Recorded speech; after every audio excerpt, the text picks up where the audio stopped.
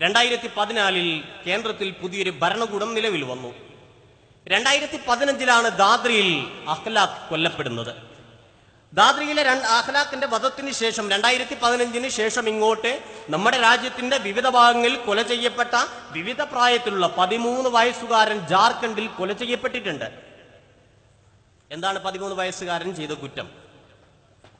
13 വയസ്സുകാരൻ തന്റെ അമ്മാവനൊപ്പം പശുക്കളെയുമായി ഗോക്കളെയുമായി തന്റെ ഉപജീവനത്തിന്റെ ഭാഗമായി തന്റെ വീട്ടിൽ തന്നെ പ്രതീക്ഷിച്ചിരിക്കുന്ന ഉമ്മയ്ക്കും പെങ്ങന്മാർക്കും ഭക്ഷണം നൽകുന്നതിന് വക കണ്ടെത്തുന്നതിന് വേണ്ടി കാലികളെയുമായി അങ്ങാടിയിലേക്ക് ചന്തയിലേക്ക് പോയ 13 വയസ്സുകാരനെയാണ് ജാർഖണ്ഡിൽ അടിച്ചുകൊന്ന് കെട്ടിത്തൂക്കിയത്. ആ അമ്മാവനും മറ്റൊരു ജില്ലയിൽ കെട്ടിത്തൂക്കപ്പെട്ടു.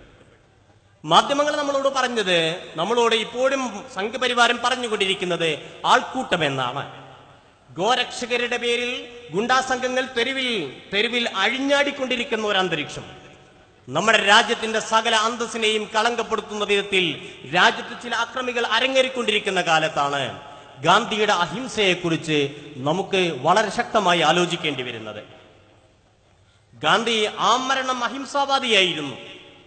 നിർണായകമായ ചില ചോദ്യങ്ങളുടെ മുന്നിൽ പരുങ്ങേണ്ടി വന്ന ഘട്ടത്തിൽ പോലും ഗാന്ധി അഹിംസയിലുള്ള വിശ്വാസം നഷ്ടപ്പെടുത്തുന്നില്ല. ജനറൽ കരിയപ്പയായിരുന്നു ഇന്ത്യയുടെ ആദ്യ സൈനിക മേധാവി. ജനറൽ കരിയപ്പ ഗാന്ധിയുടെ അടുത്ത് വന്ന് ചോദിക്കുന്നുണ്ട്. 1948 ജനുവരിയുടെ ആരംഭത്തിൽ വന്ന് ചോദിക്കുന്നുണ്ട്, മഹാത്മജി, ഒരു സൈന്യത്തോട് ഞാൻ എങ്ങനെയാണ് അഹിംസയെക്കുറിച്ച് സംസാരിക്കുക? എനിക്ക് അവരോട് നിങ്ങൾ സത്യസന്ധരായിരിക്കണമെന്ന് പറയാം, നിങ്ങൾ ധാർമ്മിക ബോധമുള്ളവരായിരിക്കണമെന്ന് ആ സൈനികരോട് പറയാം. പക്ഷേ ഒരു രാജ്യത്തിന്റെ പ്രൊഫഷണൽ സ്വഭാവമുള്ള ഒരു സൈനിക സംവിധാനത്തോട് ഞാൻ എങ്ങനെയാണ് അഹിംസയെക്കുറിച്ച് സംസാരിക്കുക എന്ന് ചോദിക്കുന്ന സമയത്ത് ഗാന്ധി ജനറൽ കരിയപ്പയ്ക്ക് നൽകുന്ന മറുപടിയുണ്ട്. ഗാന്ധി അക്ഷരാർത്ഥത്തിൽ ഉത്തരം മുട്ടിപ്പോകുന്ന ഒരവസരം. ആ ഉത്തരം മുട്ടിപ്പോകുന്ന അവസരത്തിലും ഗാന്ധി തന്റെ അഹിംസയെ കൈവെടിയുന്നില്ലേ. കരിയപ്പയോട് അദ്ദേഹം പറയുന്നത്, നിങ്ങൾ ഈ ചോദിച്ച ചോദ്യത്തിന് ഒരു ദിവസം എനിക്ക് ഉത്തരം ലഭിക്കും. ആ ഉത്തരം ലഭിച്ചാലുടൻ നിങ്ങളെ വിളിച്ച് ഞാൻ അറിയിക്കാമെന്ന് പറഞ്ഞ് ജനറൽ കരിയപ്പയെ തിരിച്ചയക്കുകയാണ് ഗാന്ധി ചെയ്യുന്നത്. പക്ഷേ 2 ആഴ്ചയ്ക്ക് ശേഷം ഗാന്ധി കൊല ചെയ്യപ്പെട്ടു എന്നാണ് ചരിത്രത്തിൽ കൊല ചെയ്യപ്പെടുകയാണ് ഉണ്ടായത്. ജനറൽ കരിയപ്പ് വളരെ നിർണായകമായ ഒരു സൈനിക സംവിധാനത്തിന്റെ പ്രൊഫഷണൽ സ്വഭാവവുമായി ബന്ധപ്പെട്ട ഒരു ചോദ്യം ഉന്നയിക്കുമ്പോഴും അഹിംസയെ തള്ളിപ്പറയുന്നില്ല. തന്റെ നിലപാടുകൾക്ക് വേണ്ടി ആദ്യാവസാനം അദ്ദേഹം നിലകൊണ്ടു എന്ന് ഉറച്ചു നിന്നു എന്നാണ് ഗാന്ധിയുടെ ജീവചരിത്രം പഠിച്ചാൽ അറിയാവുന്ന കാര്യം. ഗാന്ധി ദക്ഷിണാഫ്രിക്കയിൽ ജയിലിലായിരിക്കുന്ന കാലത്ത് അവിടെയുള്ള വംശീയമായ വിവേചനത്തിനെതിരെ പോരടിച്ചതിന്റെ പേരിൽ, സമരം ചെയ്തതിന്റെ പേരിൽ, നിലപാടെടുത്തതിന്റെ പേരിൽ ഗാന്ധി ദക്ഷിണാഫ്രിക്കയിൽ ജയിലിലായിരുന്നു. ജയിലിൽ കിടക്കുന്ന കാലത്താണ് ഇന്ത്യയിൽ നിന്ന് ഗാന്ധിയെ തേടി ഒരു കത്ത് പോകുന്നത്. കസ്തൂർബ ഗാന്ധി തന്റെ ഭാര്യ ശക്തമായ രക്തസ്രാവം മൂലം ഹോസ്പിറ്റലിൽ അഡ്മിറ്റ് ചെയ്തിരിക്കുകയാണ് എന്നൊരു കത്ത് ഇന്ത്യയിൽ നിന്ന് ദക്ഷിണാഫ്രിക്കയിലെ ജയിലിലേക്ക് പോകുന്നു. ഗാന്ധി കസ്തൂർബയ്ക്ക് എഴുതിയ മനോഹരമായ മറുപടിയുണ്ട്.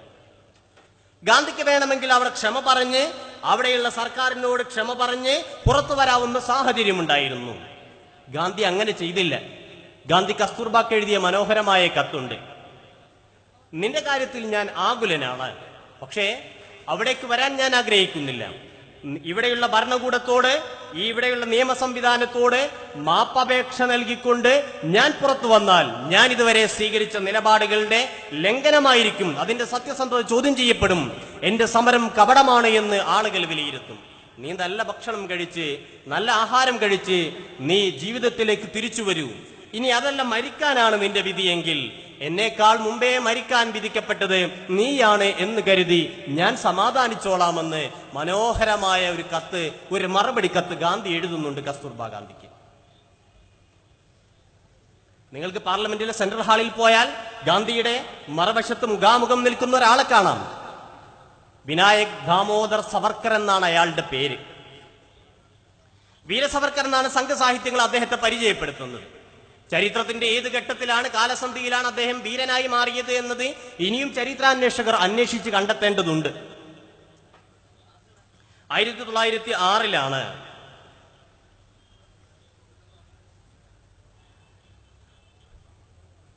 ലണ്ടനിലെ ഒരു ഓഫീസിൽ ഒരു ഓഫീസർ കൊല ചെയ്യപ്പെടുന്നത്.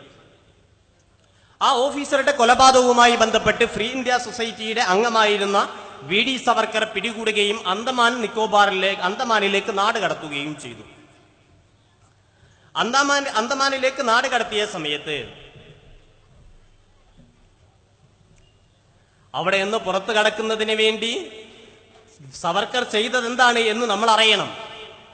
നേരത്തെ ഗാന്ധി എഴുതിയ കത്ത് മനസ്സിൽ വെച്ചുകൊണ്ടാണ് നിങ്ങൾ സവർക്കർ വിലയിരുത്തേണ്ടത്. ഗാന്ധി എഴുതിയത് നിലനിൽക്കുന്ന ഭരണകൂടത്തിന് മാപ്പപേക്ഷ കൊടുത്ത് പുറത്തു വരാൻ ഞാൻ ആഗ്രഹിക്കുന്നില്ല എന്നെഴുതിയ ഗാന്ധി, അതേ ഗാന്ധിയുടെ അഭിമുഖമായി പാർലമെന്റിന്റെ സെൻട്രൽ ഹാളിൽ നിലകൊള്ളുന്ന സവർക്കർ അന്ന് ബ്രിട്ടീഷ് ഭരണകൂടത്തിന് കൊടുത്തത്, നിങ്ങളുടെ ഉദാരമായ ഹൃദയവായ്പ കൊണ്ട് എന്നെ പുറത്തു വിടണം, എന്നെ പറഞ്ഞയക്കണം. ബലവാനാണല്ലോ ദുർബലനോട് നീതി കാണിക്കാൻ കഴിയുക, കരുണ കാണിക്കാൻ കഴിയുക.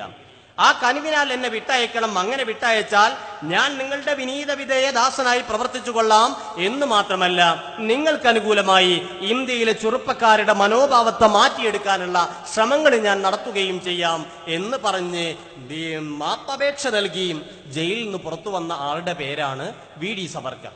അതുകൊണ്ടാണ് അദ്ദേഹം ചരിത്രത്തിന്റെ ഏത് ഘട്ടത്തിലാണ് വീര സവർക്കർ ആയത് എന്ന് അന്വേഷിക്കപ്പെടേണ്ടതാണ് എന്ന് പറയാനുള്ള സാഹചര്യം.